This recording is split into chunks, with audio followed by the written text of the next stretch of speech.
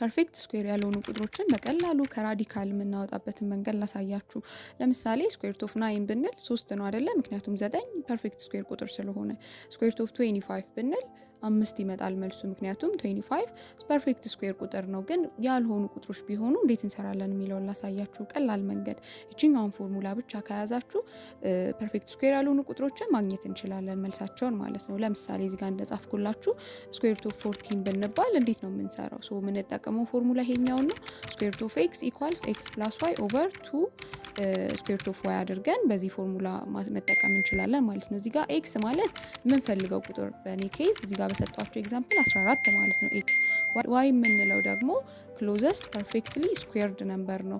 ለ14 የሚቀርብ ፐርፌክት ስኩዌር ነምበር እሱን ነው የምንወስደው ማለት ነው። ሶ ይሄንን ኤግዛምፕል ላሳያችሁ እንዴት እንደሚሰራ። ሶ ኤክስ ማለት 14 ነው ብያችኋለሁ። ሶ ፐርፌክት ስኩዌር ቁጥሮችን መጀመሪያ እንደርድር። 4 9 ከዛ 16 25 እያለ ይቀጥላል አይደለ? ፐርፌክት ስኩዌር ቁጥሮች። ሶ 14 በማንና በማን መካከል ነው የምትገኘው? በ9 እና በ16 አይደል? ስለዚህ ለ9 ነው 14 የምትቀርበው ሞር ለ16 ነው የምትቀርበው። ለ16 ይቀርባል አይደለ 14። ስለዚህ ለ16 ከቀረበ ዋይ 16 ነው የምንወስደው ማለት ነው። ሶ ፎርሙላችን ላይ ሰብስቲቲዩት ማድረግ ነው። ሶ ስኩዌር ሩት ኦፍ 14 ኢኳልስ 14 ሲደመር 16 ኦቨር 2 ኦቨር ስኩዌር ሩት ኦፍ 16 ይመጣል ማለት ነው።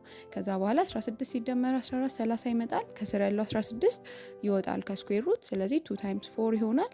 ስለዚህ 30 ሲካፈል ለ8 ይሆንና 3.75 ይመጣል ማለት ነው። ሶ በቀላሉ ይህን ፎርሙላ ተጠቅማችሁ ከስኩዌር ሩት የማይወጡ ቁጥሮችን ቁጥራቸውን ማወቅ ካለባችሁ ለካልኩሌሽን ምናምን አንዳንዴ ያስፈልገናል። ሶ እንደዛ ለመጠቀም ይጠቅማችኋል ብዬ ተስፋ አረጋለሁ። እስኪ ቼክ አድርጉት እናንተ። ምሳሌ ስኩዌር ሩት ኦፍ 23 ሰርታችሁ እስኪ ቼክ አድርጉት። ይህንንም መልሱን በካልኩሌተር መልሱ ልክ እንደሚመጣ ቼክ አድርጋችሁ ኮመንት ላይ ያሳውቁኝ። መልካም ጊዜ።